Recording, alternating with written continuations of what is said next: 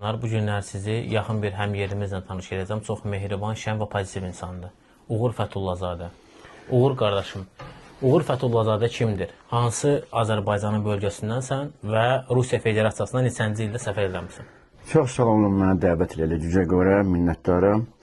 Mən Masallı şəhərinin Uğur Fəthullazadə 2008-2009-cu illərdə Rusiya Federasiyasına gəlmişik. İşlə əlaqədar gəlmişik. Sualcının əsas məqsədi budur ki, bizim öz işimiz, qabağımıza məqsəd qoyub gəlmişik ki, biz işləyək, hər hansı bir işləyək. Mən texnologiya üzrə gəlmişəm və birinci əsas Krasnodar şəhərinə getdim. Krasnodar şəhərinə gedəndən sonra orada texnologiya işlərinə biraz məşğul olduq. Əsas mənim niyyətim biznes məsələsidir. Biznesində alınmayanda indi bu bizi işlə işləyirik. Yəni ki, bəs bura gələndə burada araşdırma apardın mı? Hansı şəhərlərdə olmaq istəyirsən? Yoxsa yəni təsadüfən gəldin Krasnodara, sonra Tümen və Sankt-Peterburq şəhərinə? Yəni necə oldu bu səfərlərin, necə baş verdi? Nəyin əsasında? Yəni fərqindəliyinə vardın mı elədin hərəkətlərin? Bəli. Mən bir çox şəhərlərdə olmuşam. Birinci Krasnodar şəhərində tikinti məqsədinə getmişdik. Elə oldu ki, mən orada keçdim texnologiya işinə, kompüter işindən biraz anlaşım olduğuna görə. Ondan sonra oradan da biz getdik Surgut şəhərinə, Tümen şəhərinə. Maşallah olsun. Hər bir şəhərdə olduğumuz kimi Moskvada da olmuşuq. Sankt-Peterburq şəhəri çox gözəl şəhər olduğuna görə burada yaşamağa başladıq, burada işləyirik. Hansı sənədlər əsasında yəni burada işləyirsən Uğur? Yəni ki, bura gəlmək istəyən insanlar, səfər eləmək istəyən insanlar, burada gəlib sənədsiz gəzməkləri yaxşı olar, yoxsa hansısa bir sənəd əsasında burada yaşamaqları və niyə bəzi insanlar həmişə sənədsiz bura gəlməyə daha çox meyilli və can atırlar? Bəli, siz doğru vurguladınız. Deməli, sənədsiz qəti mümkün deyil.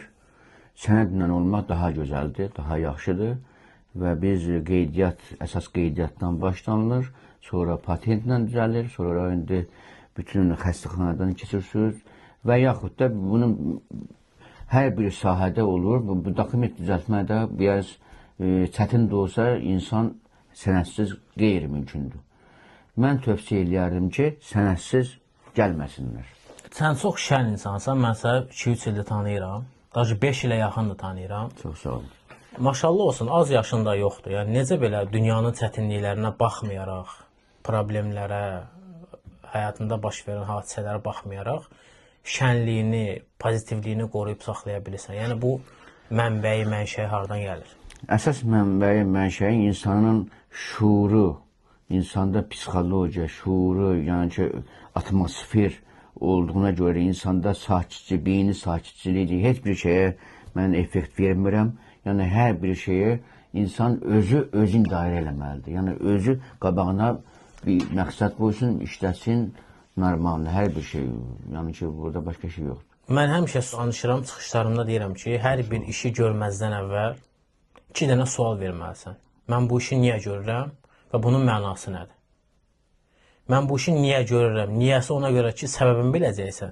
Məna isə səni çətinliklərlə üzləşəndə, əgər məna, misal üçün Allah xatir, hansısa bir yaxşı iş görürəm. Niyəsi odur ki, mən bu işi görürəm ki, Allahı sevindirmək üçün. 2 dənə gözəl, həm niyə, həm məna çox yüksək olanda insanı həmişə yüksək bir aurada saxlayır və həmin çətinliklərlə üzləşəndə yüksək aurada olduğuna görə çətinliklərə rahat şəkildə qalib gələ bilirsən. Bunun alternativ, daha belə rahat bir yolu varmı səncə, yoxsa elə bu dediyim yol, metod daha yaxşıdır? Çox sağ olun. Deməli, hər bir şey əsasən verdiyimiz kimi biz öz fikrimizi deyirik. Bəs buna görə ki, insan öz bir iş eləyir. Yəni ki, hər bir saat, mən indi mətbəx işində işləyirəm, povur işində işləyirəm, Sankt-Peterburq şəhərində. Yəni, qabağıma mən məqsəd qoymuşam ki, mən işləyirəm. İşləyirəm, mən ondan qazandığımı ailəmə, uşağıma göndərməyimi tövsiyə edirəm. Mən özüm yaşlı olan insanlara da tövsiyə edirəm ki, qazandıqlarını bir yerə, məsələn üçün, dağıtmasınlar, xahiş edirəm. Amma ki, bu Rusiya dövlətində olduğu kimi də çox çətindir. Çox çətindir o. Siz niyə söhbəti burada çıxır ortaya? Niyə? Yəni ki, o insan niyə qazanmalıdır? Nə üçün qazanmalıdır? İnsan qazanmalıdır ki, özü öz maaşın bilməlidir ki, mən burada nə qədər büdcəmdə maaş var, nə qədər xərcləməliyəm, nə qədər qalmalıdır, nə qədər də mən göndərməliyəm. Başa düşdüm mən sizi. Buyurun. Axırıncı da sualım ondan ibarət olacaq ki, bəs insanlar çətinliklərlə üzləşəndə öz aramçılıqların, yəni rahat olmaqlarını necə saxlaya bilərlər? Necə aram qala bilərsə? Yəni tez əhval-ruhiyyədən düşməmək üçün, ümidsizliyə qapılmamaq üçün nə etmək lazımdır? Şimdi bu sual çox gözəl sualdır. Bu sualın cavabını çox danışmaq olardı, amma vaxtımız az olduğuna görə bunu qısa konkret etmək lazımdır ki, yəni ki, qısa aram o mənada verir ki, yəni hər bir şey uzun işdirsə, onu qısaltmaq üçün elə bir iş görməlisən ki, elə bir gözəl iş görməlisən, psixoloji cəhətdən ona baxmalısan, onu beynində həzm eləməlisən, o işi qısaltmalısan, onu şuuru vəziyyətdə, yəni ki, gözəl vəziyyətdə işləməlisən, onu başa çıxartmalısan. Yəni biz dini üzrə mütəxəssisik, dini üzrə Quran Kərimdən biz çox oxumuşuq inşallah. Allah elmimiz yəni ki, elm gözəl şeydir. Quran Kərimdə elm haqqında da deyilir. Deyir, "Ütlü bil ilmi minəl məhdi iləlləh." Elmi oxuyun 5-dən ta qəbrinə kimi. İnsan nə qədər elm oxusa yenə də azdır. Bəli, daha çoxlu hədislər də var. Əql haqqında, ağıl haqqında. Ağılsız insan heyvana bərabər bir məxluqdur. Yəni, insan cildində ola bilər, amma heyvana bərabər. Çünki hər bir insanın, peyğəmbərdən, imamlardan hədis var ki, Bəli. əgər bir insanın yaxşı əməllərini görsəniz, tez o insan haqqında yaxşı fikrə düşməyin. Onun ağlını yoxlayın. Əgər onun ağlı yerində deyilsə, ağlına uyğun ona münasibət bəsləmək lazımdır. Ağlı əgər aşağı dərəcədəsə, onun elədiyi əməlin böyük bir əhəmiyyəti yoxdur. Düz deyirsiniz, bir dənə xahiş edərdim. Nəsl Bəlağı kitabında da buyurur ağl haqqında. Ağl ma yubna aleyhi şeyin qayri. Orada Allah Teala ağlı hər bir şeydən üstün tutur. Hər bir şeydə. İnsan yer yaratdı, göğü yaratdı. Bütün məxluqatı yaradandan sonra insana ağıl verdi, elm verdi. İnsan bu yol sənindir.